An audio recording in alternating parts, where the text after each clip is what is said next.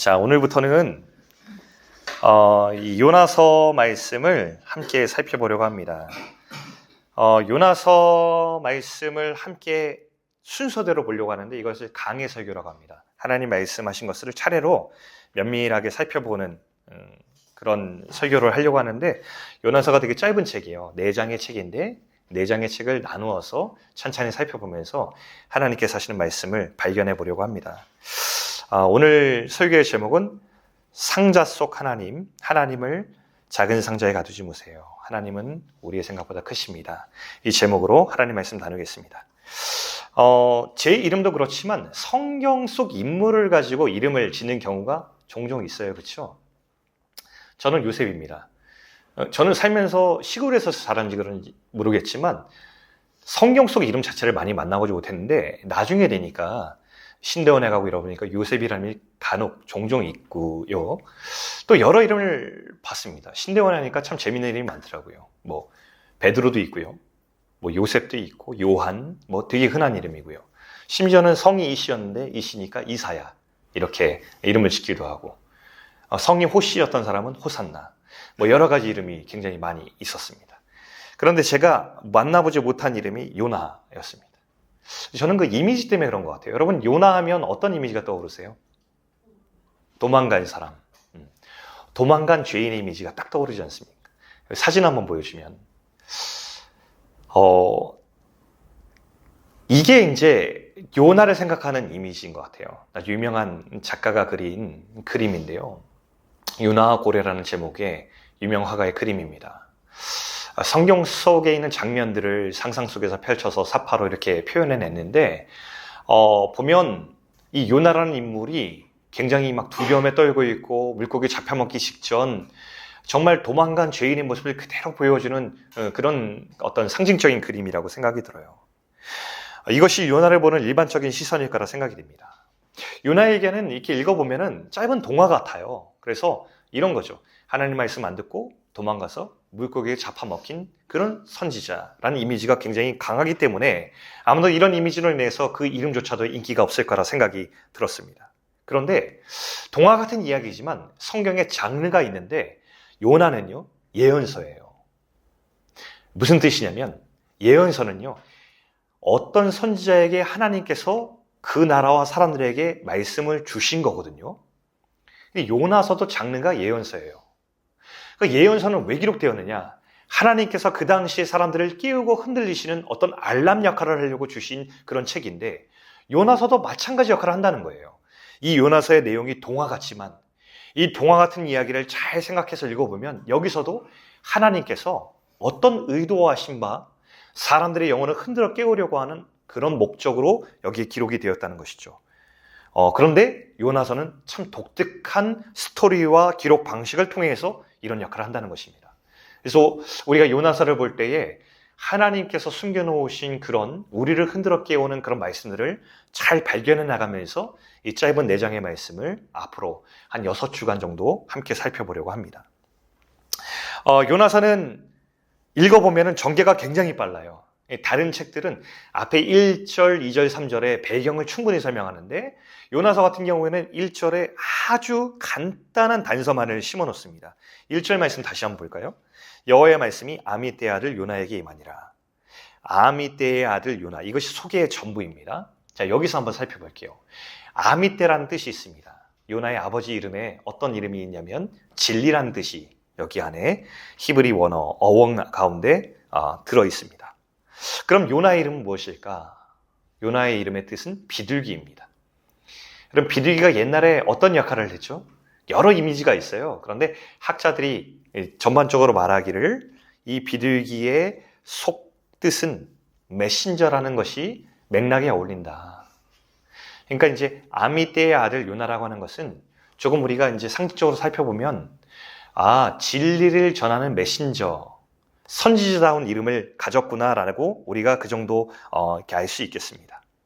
근데 우리가 이런 생각이 들어요. 아버지도 진리였고 또 아들 이름도 메신저로 지어서 진리를 전하는 메신저로 세움을 받았는데 이 사람은 그 이름에 걸맞지 않은 실패자구나라고 우리가 쉽게 판단할 수도 있어요. 그런데 여러분, 요나는 그렇게 쉽게 판단할 사람은 아니었어요. 성경을 읽다 보니 요나에 대해서 언급하는 다른 구절이 있다는 것을 알게 됐어요.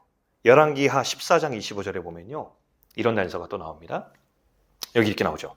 이스라엘의 하나님 여호와께서 그의 종 가드 헤벨 아미떼의 아들 선지자 요나를 통하여 하신 말씀과 같이 여로보암이 이스라엘 영토를 회복하되 하맛 어기에서부터 아라바 바다까지 하였으니 라고 이렇게 했습니다. 그러니까 여기 나오는 여로보암은요, 정확히 말하면 여로보암 2세거든요. 여로보암이 2명이 있었기 때문에 1세, 2세로 나눠요. 근데 여로보암 2세는 좋은 왕이 아니었어요. 하나님을 떠나서 하나님 말씀에 귀를 막고 자기 마음대로 살았던 사람이었고, 이런 왕이 있었던 시대이기 때문에 백성들 모두가 다 이런 왕을 따라서 하나님 앞에, 말씀 앞에 귀를 막았던 시대를 살고 있었습니다. 그런데 이 요나가 그때 하나님으로 말씀을 들은 거예요.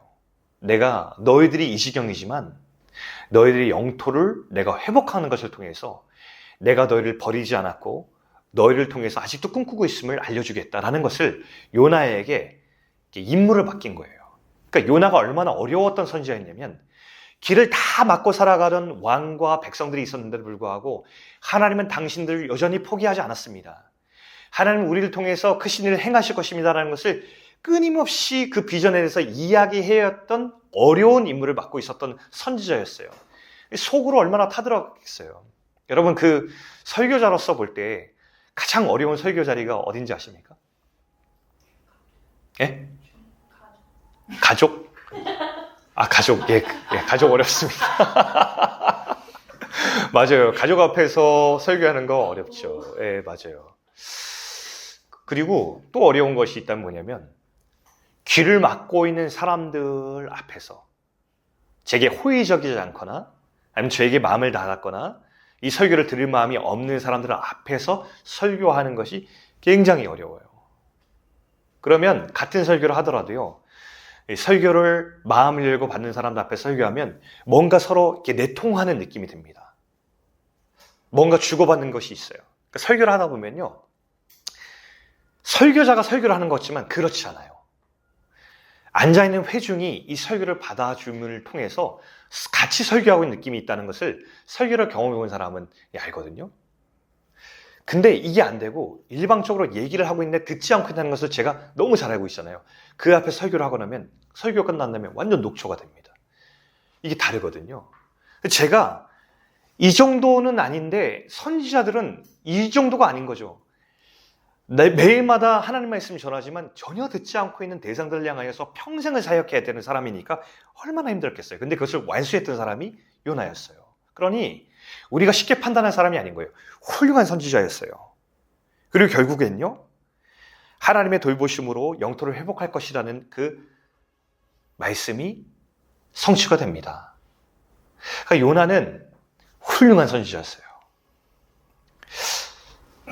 여러분, 이런 요나에 대한 이해를 조금 더 편견을 내려놓고 본문에 한번 들어가 보겠습니다. 자, 그리고 오늘 본문은 2절에 나오죠. 2절 말씀 한번 읽어볼까요? 자, 너는 일어나 저 큰 성읍 니느웨로 가서 그것을 향하여 외치라. 그 악독이 내 앞에서 상달되었습니다 하시니라. 새로운 예언의 말씀이 주어지는 거예요. 그런데 이 말씀을 이해할 때 아수르는 원래 모든 선지자들이요, 북이스라엘에 나뉩니다. 그러니까 옛 이스라엘의 영토 안에서만 거의 다 선지자들이 예언을 했습니다. 그런데 놀라운 사실이 요나만큼은 그 자국을 떠나서 다른 나라에 가서, 다른 나라의 수도에 가서 말씀을 전하는 임무를 받은 거예요. 이런 사람이 없습니다. 이런 적은 있어요. 포로로 잡혀간 그 나라에서 어쩔 수 없이 거기서 예언을 담당한 사람이 있었어요. 근데 북이스라엘의 선지자로 부름받았는데 이 나라를 떠나서 다른 나라로 가가지고 예언하라는 임무를 받은 사람은 요나가 유일합니다. 그러니까 요나도 좀 어려웠을 것이라는 것을 우리가 이해할 필요는 있어요. 낯선 임무였거든요. 게다가 또 한 가지 요나를 어렵게 했던 것은 뭐냐면 타국에 나가서 이방 사람들에게 전하는 것도 불편했지만 그 이방 나라가 정말 요나의 기준으로 볼 때는 가서 하나님 말씀을 전할 그런 대상들이 아닌 거예요. 여기 보면 저 큰 성읍 니느웨라고 했잖아요. 이 니느웨는 그 당시에 찾아볼 수 없는 도시였던 것이, 가장 큰 도시도 10만 명을 넘기는 도시가 없었어요, 당시에. 근데 니느웨는 고고학자들에 의하면 12만 명, 전 세계에서 가장 큰 도시, 메가시티, 오늘날로 따지면 뉴욕 같은 그런 상징적인 도시였죠. 당시 이제 성벽을 둘러서 이렇게 성을 쌓는데 그 아수르에는 대단한 성벽을 가져서 무려 그 둘레가 12km였대요. 오늘날로 따지면 12km 뭐 작은 성이나 이렇게 할지 모르겠지만 그 당대로 따지면 엄청난 성이었습니다. 그 고고학자 한 분이 그 자기가 고고학 그 유적을 발견해가지고 상상으로 구현해낸 도시의 모습이 있는데 한번 보겠습니다. 이런 모습을 가지고 있었다 그래요. 상당히 세련됐어요. 아수르가 그 북이스라엘 멸망시킨 때가 720년가량이거든요. 기원 전이요. 기원 전에 이런 건물과 이런 성의 양식을 가지고 있었던 것은 굉장히 세련되면서 굉장한 양식을 가지고 있었던 것이죠. 둘레가 12km라고 하면 제가 어떻게 따져보니까 이걸 어떻게 실감을 할 수 있게 하실까 이렇게 했더니 여기서 똔선역 공항을 가는 거리가 12km더라고요. 네. 한 2-3시간 걸리는 거리입니다. 그 정도의 규모를 가지고 있었기 때문에 압도적인 큰 성이었는데 문제가 뭐였냐면 그 압도적인 성이 어떻게 커지게 되었느냐 하는 것입니다. 나훔이라고 하는 선지자가 이렇게 3장 1절에 이렇게 표현한 적이 있어요. 화 있을진저 피의 성이여 그 안에는 거짓이 가득하고 포악이 가득하며 탈취가 떠나지 않는도다. 나훔은 특별히 아수르의 느느웨를 향해서 하나님의 말씀을 선포한 선지자였습니다. 피의 성. 그러니까 어떤 거냐면 이 성이 어떻게 이렇게 압도적으로 큰 성이 되었느냐. 사람들에게 거짓말을 하고 폭력을 휘두르고 다른 사람을 탈취하여서 이렇게 세워진 성이다라고 합니다. 그러니까 이 성 안에서 어떤 소리가 들려오기 시작했냐면 약자들의 신음소리, 고통소리, 사람들이 못 살겠다고 하는 괴로움의 소리가 들려오기 때문에 하나님께서 그 소리를 들으시고 사랑하는 선지자 요나를 보내시고 있는 거거든요. 그런데 요나는 도망가는 거예요. 하나님의 신실한 종이었잖아요. 나쁜 사람이어서 도망간 것이 아니에요. 요나에게 나름의 이유가 있었어요. 하나님, 이 성은요 나쁜 놈들입니다. 여긴 구원받으면 안 돼요. 어떻게 이런 사람들에게까지 하나님 말씀을 전하시려고 합니까? 내 신앙적으로 넘어갈 수가 없는 거예요. 넘어가지지가 않는 거예요. 이 아수르의 강하무도함이 여러분 옛날에 이제 바벨론이나 페르시아 넘어가면 이 포로 정책들이 굉장히 유순하거든요. 그 사람의 문화를 수용해주고 배타적이지 않고 그들의 모든 것을 인정해주는 정책을 쌓았다면 아수르는 그 사람들을 완전히 망가뜨린 정책을 썼습니다. 그러니까 얼마나 잔인하기가 이를 데가 없었어요. 근데 요나를 보내려고 하니까 요나가 잔인하고 비열하고 부도덕한 그 땅을 향해서 도저히 하나님 말씀을 주고 기회를 줄 수 없고 다시 하나님께 돌아오는 말을 전하고 싶지 않았던 것이에요. 나는 저토록 하나님을 모욕하고 더러운 대적하는 이방을 향해서 갈 수 없습니다. 라고 결론을 내리게 됩니다. 그런데 여러분, 여기서 아이러니가 발생해요. 요나의 고백은 그냥 하나님께 불순종하는 것이 아니라 나름의 자기의 신앙적 고백이었다는 것에 주목해 볼 필요가 있어요. 아이러니하죠. 나름의 신앙의 양심상 아니 저렇게 하나님을 대적하는 사람을 향해서 어떻게 갑니까? 저는 신앙의 양심상 내 신학적 이해로서 도저히 이해가 가지 않습니다. 라고 도망가고 있는 거거든요. 근데 신앙과 신학이 뭡니까? 하나님의 마음과 하나님의 영광을 위해서 나가는 것이 결국 신앙의 본질인데 신앙과 신학 때문에 하나님과 반대로 가고 있는 거예요. 아이러니죠. 근데 여러분, 실제로 역사 속에서 이런 일이 많이 발생했어요. 독일의 나치 시절에 나치 히틀러가 일어날 때 독일의 제국주의 교회라고 하는 상당히 큰 공동체, 교단이 히틀러 지지를 선언했습니다. 성경을 볼 때 이것은 하나님의 섭리다라고 해석을 했고요. 그리고 유대인을 그리스도의 적으로 규정했기 때문에 히틀러가 나치즘을 통해서 유대인을 박해하는 모든 것들은 하나님의 계획 안에 있는 것으로 해석을 해서 모든 것이 정당화되었습니다. 십자군 전쟁 기억하시죠? 십자가를 깃발을 들고서 이것은 거룩한 하나님의 영광을 위한 전쟁이다라고 선포하고 무슬림들을 처단했습니다. 수많은 살상이 있었어요. 근데 그것은 하나님의 영광을 위한이라는 수식어가 신앙적 고백이 있었기 때문에 그 안에서 저질러지는 모든 학살들은 하나님의 영광을 위한 거룩한 행위가 되었습니다. 많은 그리스도인들이 특히 최근에 미국의 남부 지역에 있는, 남부가 가면 바이블 벨트예요. 거기는 교회가 굉장히 많은 곳이고 크리스천들이 굉장히 많이 있습니다. 지금 보면 텍사스 지역 있죠. 그쪽을 중심으로 남부 지역에 교회들 그리고 좋은 신학교들이 굉장히 많이 있습니다. 근데 아이러니하게도 그 미국 남부 지역이 끝까지 노예제를 옹호했던 지역인 거 여러분 아시죠? 그 남부 지역에서 노예제를 옹호하고 수많은 사람들이 뭐라고 했냐면 성경 해석을 근거로 노예제는 하나님의 질서라라고 주장을 했습니다. 자기 신앙과 신학으로 고백을 했지만 그것이 하나님의 뜻과 방향에 거리가 있었던 일들이 역사적으로 굉장히 많이 있었습니다. 근데 여러분, 성경이라고 하는 것은 하나님의 마음과 뜻을 알아가는 인격적인 편지잖아요. 근데 그 편지를 읽는 사람이 이것들을 잘못 해석하면 큰 오류와 위험이 우리 가운데 일어난다는 것을 우리가 알아야 돼요. 오늘날도 예외는 아닙니다. 최근까지도 복음을 전파한다는 진심과 그런 정책 아래서 다른 문화와 종교를 배격하고 비난하는 이 선교 방식이 계속해서 있어 왔습니다. 식민주의적 선교 방식의 후유증은요, 굉장히 많이 있어요. 요즘도 선교지에 가면 교회 터는 많이 남아있는데 교회는 비어있고, 예수 그리스도의 이름은 알려졌는데 진실한 신앙인들은 없는 그런 지역들. 제가 이제 캐나다에 살 때 제 이웃에 멕시코 사람이 살았는데 저희 아이들 친구 아빠예요. 만나가지고 대화를 나누면서 신앙 얘기를 하게 됐는데 자기는 교회 안 나간대요. 왜 안 나간 이유를 물어보니까 우리 멕시코 역사를 보면 교회를 믿는 사람이 와가지고 우리 가운데 행했던 일이 있다. 근데 그것은 아픈 상처다. 교회에 나가고 싶지 않다. 이렇게 얘기했습니다. 그 잔재가 굉장히 많이 남아있어요. 또한 요즘 보면 특정 정치적 이념을 하나님의 뜻과 동일시하려는 노력도 많이 있습니다. 여러분 잘 생각해 보면요, 우리가 좀 조심해야 될 필요가 있습니다. 자기가 선호하는 정당과 사상이 있을 것입니다. 이건 너무나 당연합니다. 각자의 배경과 이해에 따라서 자기의 정치적 신념이 발생할 수 있습니다. 그런데 우리가 한 가지 인정해야 될 것이 있어요.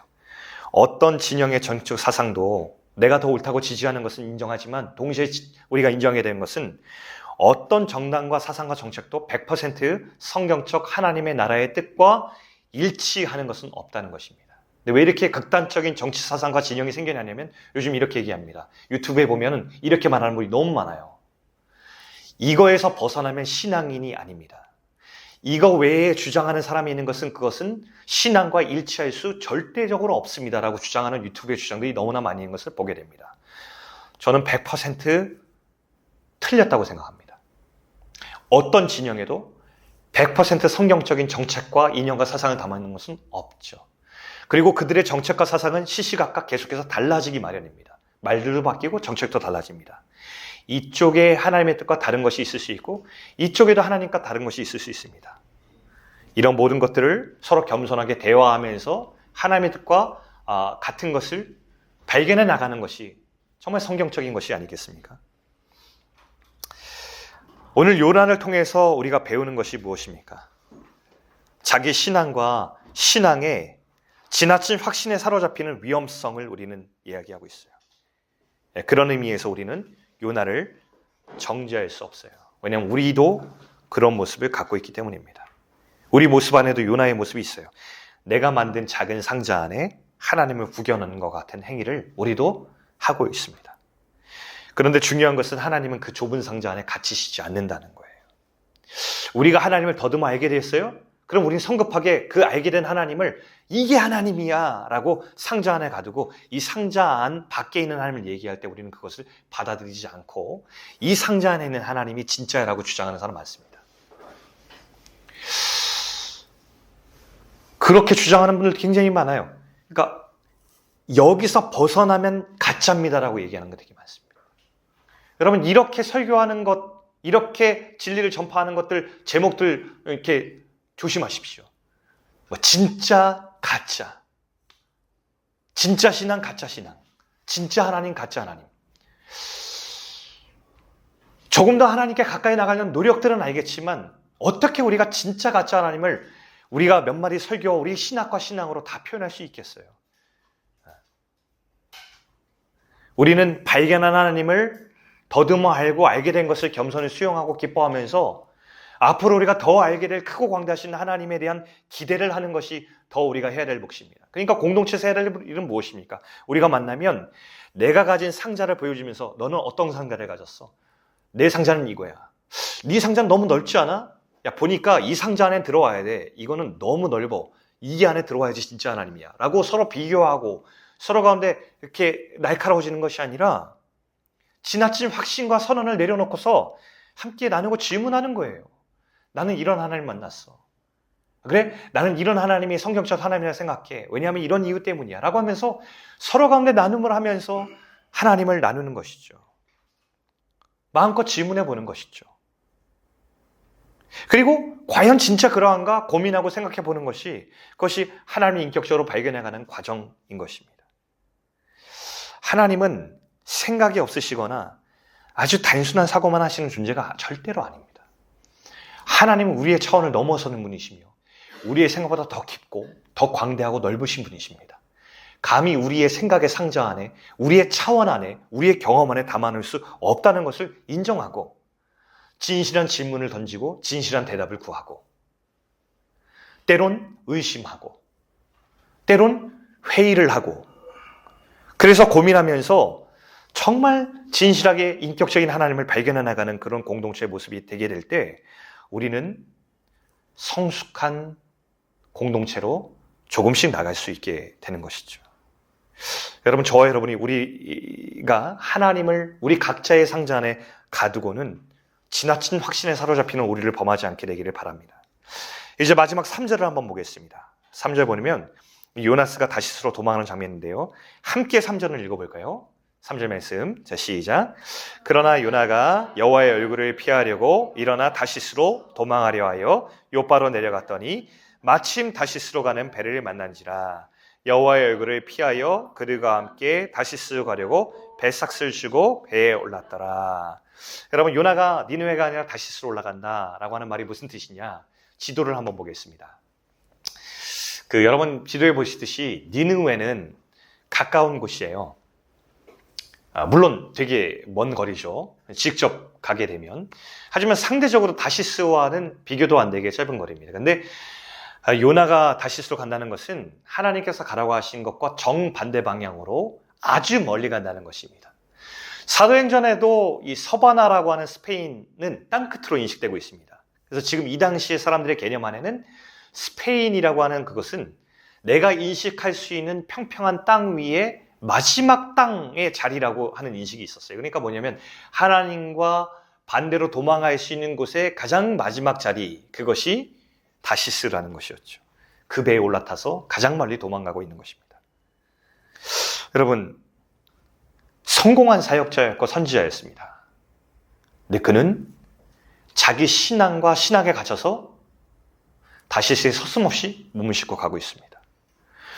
성경이 놓칠세라 여호와의 얼굴을 피하려고 하는 것을 2번이나 적어놓고 있습니다. 근데 하나님께 도망가려고 다시스로 배를 타고 가고 있어요. 여러분, 아무리 성공한 사역자고 하나님의 뜻을 전파했던 사람이라도 하나님의 마음을 모른 채 그 뜻과 반대로 갈 수 있음을 보여주는 장면입니다. 여러분, 하나님을 끝까지 잘 섬긴다는 것은 내가 얼마나 과거에 하나님을 잘 섬겼는지와 다른 이야기입니다. 저는 탁월한 사역자일수록 이 위험에 더 많이 노출된다고 생각해요. 왜 그럴까요? 제가 이제 이렇게 여러 관찰해 보니까 탁월하고 명망 있고 존경받는 사역자일수록 지지하는 사람들이 굉장히 많습니다. 여러분, 지지를 많이 받으면 어떤 마음이 생겨날까요? 내가 전하는 메시지와 내가 해석하고 생각하는 것들이 옳다라는 확신 가운데 있습니다. 그러니까 제가 볼 때 이런 오류를 저는 대화 중에서 많이 발견했습니다. 제가 볼 때 이런 부분들은 조금 방향이 좀 틀려졌다라고 생각이 들어서 그런 부분에서 얘기해 보면 어떤 것을 근거로 사용하냐면 하나님께서 내 공동체를 이렇게 크게 만들어 주셨기 때문에 이것도 정당하다라고 근거를 세우는 경우가 많이 있습니다. 이게 위험성이죠. 내가 지지를 많이 받으면 그럼 나는 옳아지는 것입니까? 그게 아니죠. 오히려 더 하나님의 뜻과 반대로 갈 수 있는, 그리고 자기를 지지하고 따르는 많은 사람들까지도 다른 방향으로 인도할 수 있는 위험성이 그 가운데 있는 것입니다. 여러분, 오늘 성경을 볼 때 우리가 한 가지 찾을 수 없는 것이 있습니다. 평생을 하나님의 뜻을 전하고 하나님의 뜻을 받아왔던 요나가 이 새로운 임무를 받아들였을 때는 하나님과 이것에 대해서 다시 되묻거나 질문하는 어떤 과정들이 생략되어 있어요. 요나에게 말씀하셨는데 요나가 도망하는 즉각적인 불순종이 나오지. 하나님, 니느웨는 이런 곳인데요. 제가 진짜 가야 됩니까? 왜 가야 되지요? 주님의 마음은 무엇입니까? 근데 저는 이런 마음이 드는데요. 제 마음이 너무 불편해요, 하나님. 제가 안 가면 안 되겠습니까? 라고 하는 이 진실하게 묻는 과정들이 전혀 생략되어 있고 그냥 배에 몸을 싣고 도망갑니다. 만약에 진짜 하나님 앞에 진실하게 되묻고 진실하게 듣고 혹은 나와 함께 나눌 수 있는 주변에 있는 동역자들과 내 이 마음이 너무 불편해 가기 싫다. 이 부분에 대해서 어떻게 생각하냐라고 진실하게 묻고 나눌 수 있는 안전한 공동체가 있었다면 저는 요나의 결론이 좀 다르지 않았을까라는 생각도 들어요. 근데 요나서의 기록에는 이런 과정이 찾을 수 없습니다. 결국 요나는 자기 확신에 차서 섣부른 결단과 함께 하나님의 부름과 가장 먼 곳으로 떠나고 있는 것이죠. 이것이 또 하나의 위험성입니다. 자, 마지막 3절 이야기를 읽고 나서 배에 올랐더라라고 하면 저는 사실 여느 세상의 이야기에서는 이제 요나서는 끝나야 됩니다. 이 동화 같은 이야기는 4절에서 끝나야 옳다고 저는 생각해요. 4절에 보면은 이렇게 나오거든요. 맨 마지막에 폭풍이 일어나 배가 거의 깨지게 된지라 이렇게 돼요. 그리고 나서 이야기가 안 끝납니다. 이어져요. 근데 저라면 이렇게 썼을 것 같아요. 4절에 하나님께서 큰 바람을 바다에 내리심에 바다 가운데 큰 폭풍이 일어나 배가 깨지게 되었더라. 그렇게 요나는 죽음을 맞이하게 되었더라. 뭐 이렇게 가야지 사실은 여느 종교에서 말하는 신적 개념이 강화될 것 같습니다. 근데 요나서는 3절에서 끝나지가 않고 아주 길게 계속 이어집니다. 여기서 우리는 하나님의 복음을 만나는 거예요. 십자가의 복음이 말하는 메시지를 우리가 여기서 만납니다. 하나님은 자신을 피해서 도망가는 선지자를 보고 있습니다. 모든 것을 걸고 피하는 요나를 보고도 하나님은 죽이시거나 벌을 내리지 않으십니다. 요나서는 그런 요나를 다시 안아주시는 이야기예요. 바로 이것이 오늘 저와 여러분이 요나와 같이 살아가고 있고 요나와 같이 살아가고 행동할 때가 너무나 많지만 우리 인생이 벌을 받고 끝나지 않은 이야기입니다.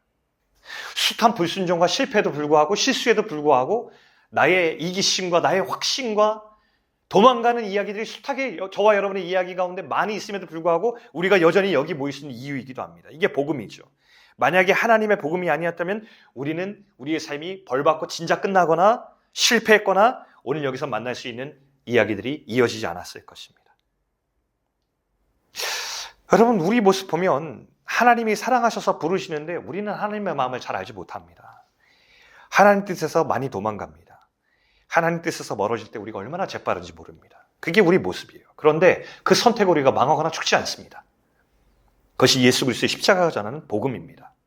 저는 복음을 생각하고 생각하지만 아직도 생각할 때마다 이해 안 되는 부분이 있어요. 그리고 가끔 이렇게 생각합니다. 이런 복음의 서사를 가진 기독교가 너무 약하고 좀 무능하다 생각이 들 때가 있어요. 세상의 종교를 보면 이렇습니다. 인간응보에 즉각적 신의 역할이 담겨 있어요. 그래야 사람들이 더 긴장감 있게 종교에 헌신하게 됩니다. 또한 행동을 더 즉각적으로 수정할 수 있는 어떤 효과가 나타나기도 하고요. 근데 이렇게 맨날 사랑한다고 하고 기다려준다고 하고 그래도 사랑한다고 하는 이 복음은 사람들이 하나님의 존재를 조금 가볍게 여기고 은혜를 값싸게 여기고 죄를 짓는 것에 대해서 경각심도 무뎌지게 만들고 방심하게 하는 역할을 하게 하는 게 아닐까라는 생각을 저는 한 적이 있어요. 근데 성경을 계속 읽어보니까 그게 복음인 거예요, 결국엔. 두려움에 기반한 헌신을 요구하는 것이 아니라 사랑에 기반한 인격적인 반응을 우리가 기뻐하는 거예요. 그게 하나님이 일하는 거예요. 종교적인 효율성에 기반하여 보면 너무 무능하고 미련해 보이는 신의 모습이에요. 이해할 수가 없어요. 아니 어떻게 이렇게 사랑하고 이렇게 기다리기만 하고 어떻게 속고 또 속는데도 불구하고 그래도 기회를 주세요? 라고 하는 것이 우리가 만나는 성경 속 하나님이에요. 맞아요. 우리의 악함과 우리의 한계로 하나님은 매일 이용당하시고 또 속으시고 또 버림받으세요. 그런데도 포기치 않고 우리를 찾아오시는 하나님의 이야기가 성경의 이야기예요. 성경은 결국 이 복음의 이야기를 우리에게 전하고 있는 거예요. 그런데 그게 진짜 사랑하시는 이야기인 거죠. 여러분, 오늘 우리가 여기 있는 이유는 내 인생에 도움이 필요해서 강력한 신의 도움을 한번 내가 받아보고 싶다. 어떤 기적을 경험하고 싶다. 인생의 큰 복을 누리고 내가 여기 와야 내 인생이 잘 될 것 같다라는 그런 기대로 여기 오신 분도 있을 것입니다. 근데 그것이 틀린 이야기는 아니지만 본질은 아닙니다. 우리가 오늘 여기에 한 이유는 큰 복을 받아서 인생 잘 나가려고 온 것도 아니어야 되고, 또 하나 내 믿음이 너무나 강력하고 내가 정말 하나님께 남다른 믿음을 가지고 있어서 내가 오늘 주일날 이 시간에 여기 와서 예배드린다, 이것도 아니고요. 더 정확한 이유는 하나님께서 그 변하지 않는 사랑으로 이 인생을 돌보시고 우리를 붙잡고 계시기 때문에 오늘 우리가 여기에 모여 있는 것입니다. 자, 여러분, 오늘 요나가 멀리 도망가고 있는데 그 도망가는 요나를 향하여서 시편 139편 7절부터 10절 말씀은 이렇게 기록하고 있습니다. 같이 한번 제가 읽어드리겠습니다. 한번 들어보십시오. 내가 주의 영을 떠나 어디로 가며 주의 앞에서 어디로 피하리이까? 내가 하늘에 올라갈지라도 거기 계시며 스올에 내 자리를 펼치라도 거기 계시니이다. 내가 새벽 날개를 치며 바다 끝에 가서 거할지라도 거기서도 주의 손이 나를 인도하시며 주의 오른손이 나를 붙드시리이다.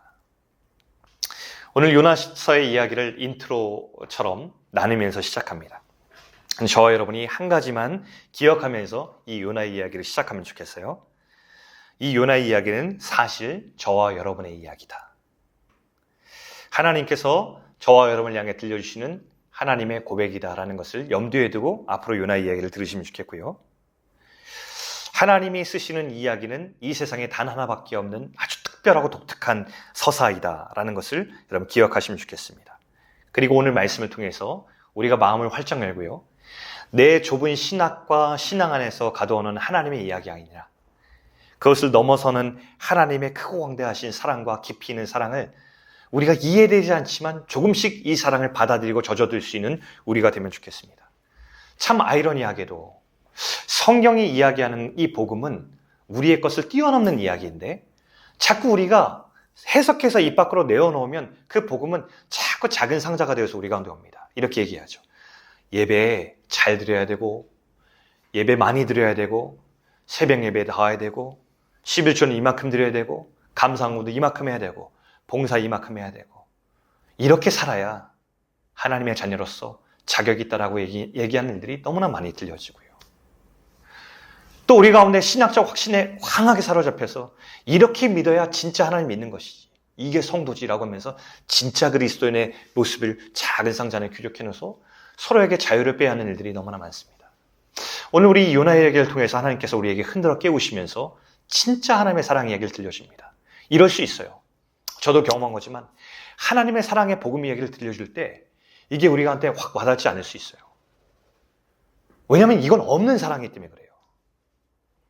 하나님 이걸 사랑을 받아들이고 자유하길 원하시는데 그 자유하지 못하고 우리 스스로 우리를 옥죄고 자유하지 못하는 경우가 너무 많이 있어요. 근데 우리가 어떤 과정을 겪으면 좋겠냐면요, 이 복음을 들려주시고 우리 가운데 영혼의 자유함을 들려주실 때 조금씩 그 사랑에 젖어들면서 이게 진짜 복음이고 이게 진짜 사랑이구나 라는 것을 깨달으면서 기쁨을 찾아가고 자유를 찾아가고 진짜 하나님을 점점 더 넓게 알아갈 수 있는 기쁨이 우리 공동체 안에 있길 바라면서 오늘 요나서 이야기를 시작하겠습니다. 앞으로 하나님께 주시는 요나서 이야기를 통해서 하나님의 은혜 가운데 점점 젖어들 수 있는 저 여러분들이 될 수 있기를 주님의 이름으로 축원드립니다.